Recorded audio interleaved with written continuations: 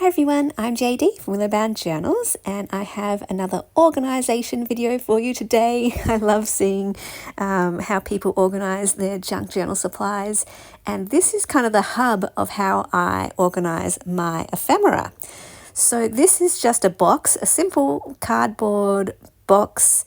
It's a lovely blue colour and I have got all sorts of supplies. It's amazing how much you can actually fit into a box, but I have sectioned it off using smaller containers. So I've got these acrylic containers that I just got from Prices Plus, which is a local cheap shop here, sort of like the Reject Shop or the $2 shop or something like that. And that allows me to create different sections within the box so I can keep different types of ephemera together. It's getting a little bit messy at the moment. I know probably to lots of people are like, that's not messy. But to me, I know that there's things not sitting in the right spot. And I just like going through it anyway every now and then, even if it isn't that messy, just to remind myself of what is in there. Because, yeah, as you can see, there's a lot tucked into this box. And especially the pieces at the back. I don't often use the pieces at the back, and then I forget over time what I even have in this box. And this box just sits on a bookcase next to my desk. So as I'm sitting at my desk working away on a journal, for example, I don't have to leave my desk. I can just turn to the side and reach into this box for whatever I need, whether it's an envelope or a journal card or a piece of paper or a printable. It's all kind of within reach in this box. There's some stickers in here. There's index cards, paint chips, library cards, Rolodex cards. There's even this little bag of money, which is all international currency. So I think that's kind of fun to include in a journal. I want to make some concept journals where you make a journal based on a story that you create. And the idea that I have in my mind is of a journal that belongs to a lady, for example, who has travelled to some countries around the world. And so to add in some currency from different countries in the journal, that would really add to that story and kind of make it feel a bit more authentic. And it's just a fun, interesting thing to put into a journal. So yeah, let's go through this box and I'll just share sort of what I have. These I've had since my scrapbooking days. I was at I think it's a Kaisercraft store that shut down like years ago now, back when I was in Melbourne, and they were having a big sale one day. So I went there with a bunch of my scrapbooking friends. This is over 10 years ago now, and they had these rub-ons, which when you add them to a page, you just see the words, and they're really, really lovely. I don't bother with the rub-on part. I can't be bothered. I don't have the energy to do it, and I often, when I've tried it in the past, it doesn't lay down the whole word, and so I just use the plastic and stick the plastic down. And I've had this plan that I really wanted to make a set of journal covers, each with a different word with those rub-ons, but yeah, I just don't, it's a bit out of my comfort zone, not sure how to do it. Maybe I can put it on the first page of a journal, but yeah, there's some really lovely words there. I've used some of them in my own personal journaling, and it just really polishes the page. It makes it look really, really lovely. So one day, yeah, I want to tackle that project.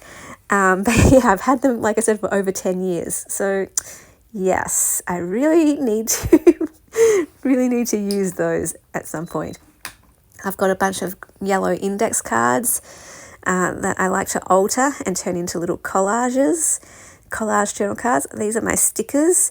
I don't have many stickers. I don't tend to use stickers much in my journals. As much as I love stickers, I just found that I never really used them. But when I come to do my own personal journaling, sometimes it's nice to have some alphabet stickers so I can, spell out either my name or my word for the year or something like that. And I have some keys. I love keys. I love key charms. I love the key stamp that I have. So keys are always handy. I love the symbol of a key too, you know, like a key life lesson or something, like a key insight. So I thought I would keep that again just for my own journaling to add a little bit of interest. But other than that, yeah, I don't really have many stickers. The only other ones I can think of that I have are the tiny word stickers from Tim Holtz. They're quite fun to use to embellish a page, but again, I rarely find myself using them. So moving on here, I have got some handmade envelopes and pockets that I make out of either book pages or piano paper or music paper, and I just sew those together. Some of them I've altered a bit more with some fabric and lace. Others I've decorated with some transparent floral stickers, so they're always handy. If I could, I would make them in bulk, which I do, but I would make so many that I'd have enough to put one in at least every journal that I make. I think that would be cool. These are my wallpaper pockets. These are some of my most prized possessions. I tend to hoard these because I just love wallpaper, vintage wallpaper, and yeah, these are really special. In an ideal world, every one of my journals that I made would also have a wallpaper pocket. That would be very cool.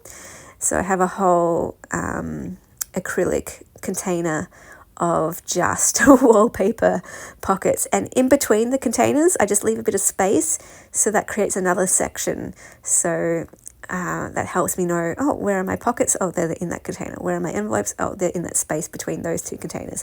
In this other space between these two containers, I have my paint chips, I have my library card pockets, and my library cards. Again, in an ideal world, I would have enough library cards and pockets to put one in every single journal that I make. I think they're awesome. I also have these library cards that my librarian friend gave me, so that was kind of handy, very, very fun. And I also have a couple of like Rolodex cards. Again, in an ideal world, I would have enough to put one of those in every journal. I altered a bunch of the library cards that my librarian friend gave me and made some quote cards and some journal cards, just using some collage pieces. But again, I've been hoarding those for a while now. I've had those for a few years. I just really like them. So I have used some in journals, but yeah, I would like to make more of those and be able to let go of those. I do scan those as well so that I can create kits out of them, and that way hopefully I can feel better about parting with the originals, because I can always print out the scanned versions anytime that I want. So I'm a bit attached to those. They're like little mini artworks for me. Some of them are even painted. I used paint to create the backgrounds, or I combined paint with collage, and yeah, they become like these mini artworks, especially when I add the quotes on top. They just become really special pieces to me that I find hard to let go of. So I tend to put the pieces that I use the most at the front. So I'm always using paint chips, picking those up from the local hardware store.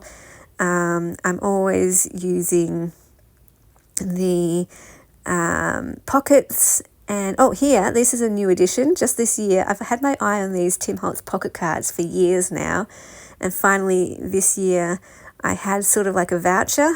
So I was like, oh, this is my chance to get that supply that I've had my eye on forever. So I did get 2 packs, because I was thinking that might help me use them. If I have 1 pack to use and 1 pack just to keep and hold on to for a little while.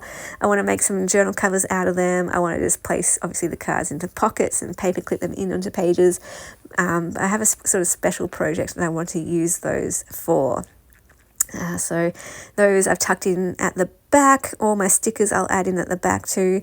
I forgot, this is why it's good to go through this. I forgot I had those numbered stickers, so designed for each day of the year. And my plan was, when I started afresh one year, I would use those to mark each day of the year. But I keep forgetting I have them. Every year, when I start my next journal for the year, I forget that I have them. So I'm like, oh, okay, I need to pull those out so that 2026 I'll be able to use it for 2026.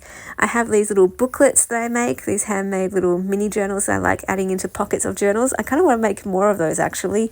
They're a great way to use up scraps. I think I have a tutorial how to make those. It's very simple. You just use like a decorative page for the cover and then staple in, a bunch of your scrap papers that are too small to do anything else with really, and they make wonderful pages. And then I have these envelopes, so along the side edge of this box is where I keep all my larger envelopes. So sometimes I alter envelopes with some napkins or tissue paper. I altered some craft paper envelopes just using some label stickers and some doilies and some collage elements. Then I have, the store-bought envelopes, whether they were sent to me in a Happy Mail and they might have my address on the front or my name written on the front, but I can still use those in a journal where you just flip it over, sew it onto a page, and then it becomes a pocket page, a pocket envelope sewn onto the page. Some of them I keep for my own journal, of course. You can attach them with the flap. I think I have a tutorial showing different ways you can attach and use envelopes in journals. And so envelopes for me are a staple. I'm always looking out for envelopes, especially pretty decorative ones and floral ones in particular, because they're great to, attach with glue by the flap so it opens up, or like I said, to sew it onto the page directly, or just to paper clip it onto a page. So I'm always on the lookout for envelopes. You can see I've got quite an extensive collection of them here. I also like using these to collage onto a page, and I use them for my own personal book pages. So when I made my book Lamp in Dark Places, for example, there were envelopes featured on some of the pages. So I do keep some of these for me. If it's in a colour that I like, for example, the blues or the teals, or the neutrals, the vintage envelopes are my favourites. And some of the envelopes I altered, I actually made some ephemera packs that I sent out either to my beautiful patrons or as a little extra gift for when I send out orders. And I had some of these left over, so this is one of those that I sent to patrons, I believe, for a little ephemera pack that I included inside the envelope. And I just had a couple left over. And I can also put those into journals as well. The bigger envelopes, I guess I would just slip in between some pages or slip in at the back of a journal.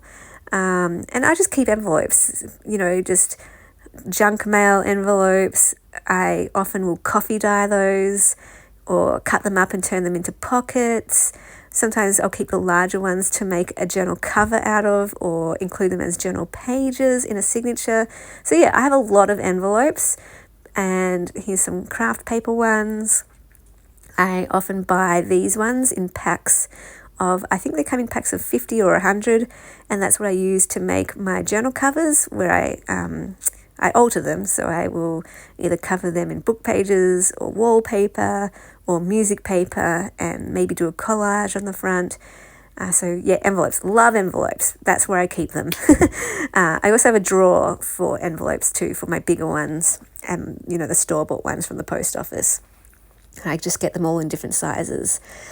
Here, it's a bit of a miscellaneous section, just random papers and cards and the handmade little mini journals. And then I have this other stash of cards that I used to keep in here, but I've actually got a basket that now where I keep these other cards. Often when I go to op shops, I look in the card section and pull out any that are really pretty. And yeah, I think that's pretty much it. I also had some coin tags from the lovely Bonnie from Bonnie and Clive. She did a custom order for me where I told her the dates that I wanted, and they are tucked in there as well. And I've been hoarding those. I need to use them in journals, in the concept journals. Probably I'll use those. So I hope you enjoyed this organisation video and seeing how I organised my ephemera, my go-to ephemera, and I will see you in the next Special video. thank you to my beautiful patrons who supported me in March. I could not do this without you, so thank you so much for believing in Willow Bound Journals and liking what I do. I hope you love being a patron. Patreon is basically where you get access to extra videos, including my monthly journal making series from start to finish. The Ruby tier is where you get access to the videos plus every printable kit in my Etsy, and also a new one every month, sometimes exclusive just to patrons. And going up the tiers, you get mail sent to you, whether it's a printable kit or a happy mail, ephemera pack, paper pack, or a journal. So hopefully there's something for everyone. The link to become a patron is down below in the description box, and I just thank you so much for all your support of Willow Bound Journals.